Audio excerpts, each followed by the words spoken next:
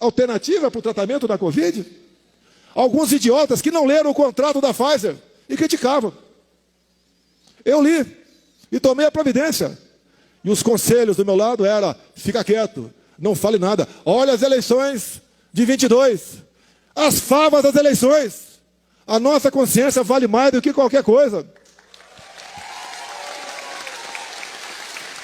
Mas o assunto aqui não é a Covid.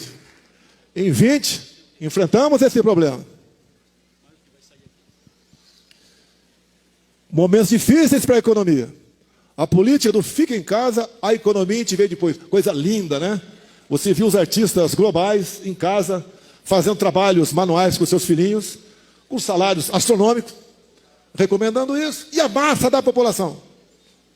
Que nós tínhamos naquela época, segundo o levantamento, 38 milhões de pessoas que viviam na informalidade, que trabalhavam de manhã para comer à noite. Como essas pessoas iriam sobreviver? Rapidamente, dado ao Ministério Técnico, dado às pessoas que colocamos nos bancos oficiais, rapidamente foi criado o auxílio emergencial. E atendemos, não mais 30, mas 68 milhões de pessoas. Isso ajudou também a movimentar a economia, em especial nos pequenos municípios pelo Brasil. E tudo isso com responsabilidade fiscal. O gasto mensal, com esta rúbrica, eram de 50 bilhões de reais.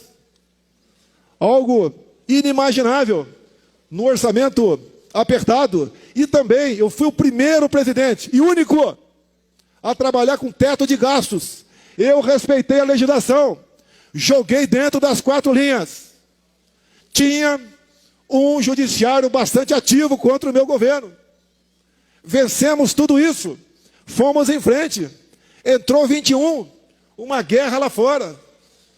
E o Brasil estava na iminência de ver cortado o seu suprimento de fertilizantes.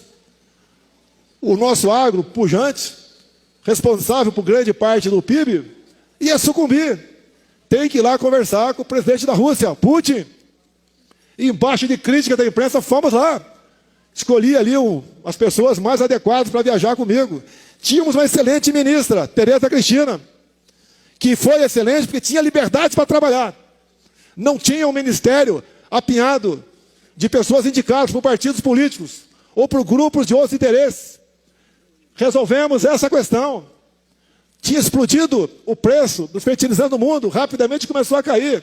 Acertamos o fornecimento de diesel, entre outras coisas. Uma viagem de sucesso e muitas outras coisas tratadas. Ali naquele momento, já comecei a ser acusado que tinha ido lá para negociar com hackers para agir por ocasião das eleições.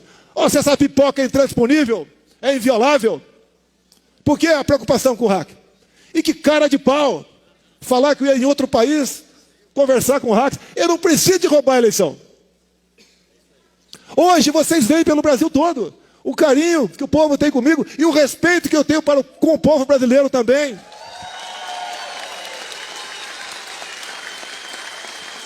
O campeonato brasileiro acabou há pouco. Quase nós vimos um time quase sem torcida, o Red Bull Bragantino ser campeão. Faltou pouco. A gente poderia ver o Bragantino campeão sem torcida, mas é a primeira vez na história que a gente vê um presidente eleito sem povo.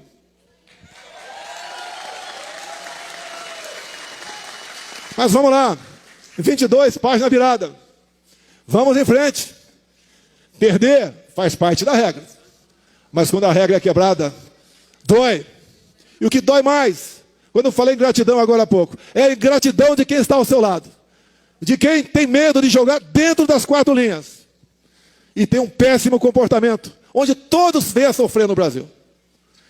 Vimos agora a alegria desse cara que está aí. Estou muito feliz. Botei um comunista dentro do Supremo. Vamos lá. Ontem, volvendo os olhos para a história, tinha 4 anos de idade em 59, mas veio à minha mente o discurso de Fidel Castro. Exatamente igual o tratado aqui no momento agora. Os caras sempre lutam pelo poder. Roubar a liberdade é uma das mais importantes cartadas desse grupo. E aprendi também na Bíblia, sou católico, minha esposa é evangélica, que nós devemos, todos nós, devemos fazer o máximo, o possível pela sua pátria. Se não estivermos, quando não mais tivermos meios de fazer, entreguemos na mão de Deus. Também aprendi que nós, Ratinho, deputados, não devemos tomar decisões como se fôssemos viver 1000 anos. Todos nós temos um ponto final. Isso é óbvio. Mas alguns acham que não vai ter. Que não vai acontecer com ele o que aconteceu com o vizinho. Essas pessoas, lamentavelmente, uma parte considerável, decide o futuro do Brasil. Mas eu acredito, tenho fé, estamos praticamente na iminência de falar, ó meu Deus, não dá mais para mim aqui. Porque a gente acompanha alguns partidos com ministério, com cargos, mesmo secretamente, votando a favor de um governo que não tem nada a oferecer para nós. Nós não temos como prever o futuro, mas podemos ter uma ideia, vendo o passado daquela pessoa. E essas pessoas não têm nada a oferecer para nós. Que diferença do nosso governo para outros, ou para o de agora? Não dá para comparar Paulo Guedes com Haddad.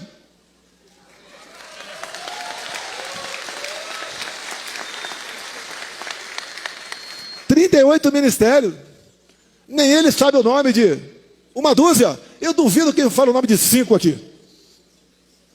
Porque são pedras de pau. Não tem nada a nos oferecer. Não tem como ser campeões.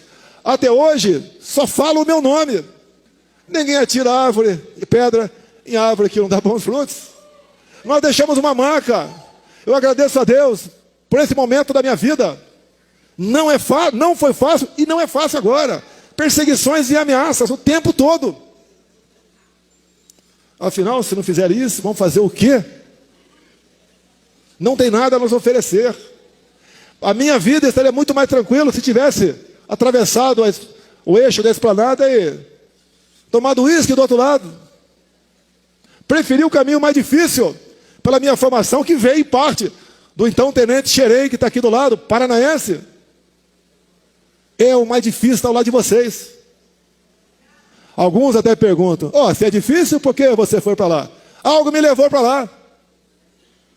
Como algo me levou para a Academia Militar das Agulhas Negras, para a Câmara Municipal do Rio de Janeiro, 27 anos dentro do parlamento, dezenas de processos de quebra de decoro, por ocupar tribuna, mas tudo vale a pena.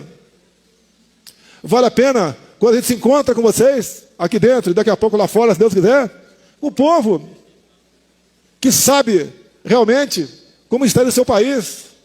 Enquanto eu era presidente, ninguém ousava botar em prática, ou tentar botar em prática, a liberação do aborto, a liberação da maconha, a relativização da propriedade privada, o marco temporal, entre outras maldades, que inclusive, se tivesse que botar para frente isso, não seria para aquele outro poder, e sim pelo poder legislativo.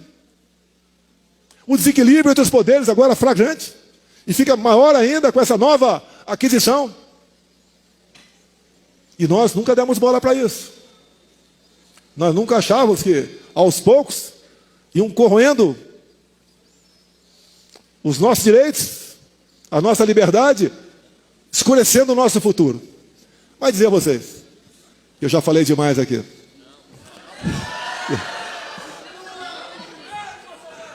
Dizer a nossa imprensa que está aqui, da minha parte, vocês nunca viram eu tomando qualquer medida para cerceá-los, para censurá-los, que pese as batidas diárias. Eu prefiro a imprensa, por vezes, errando, mas com liberdade, do que fechada. Hoje, alguns já começam a notar a diferença. Mas vamos lá, pessoal. Nós temos que ter resiliência.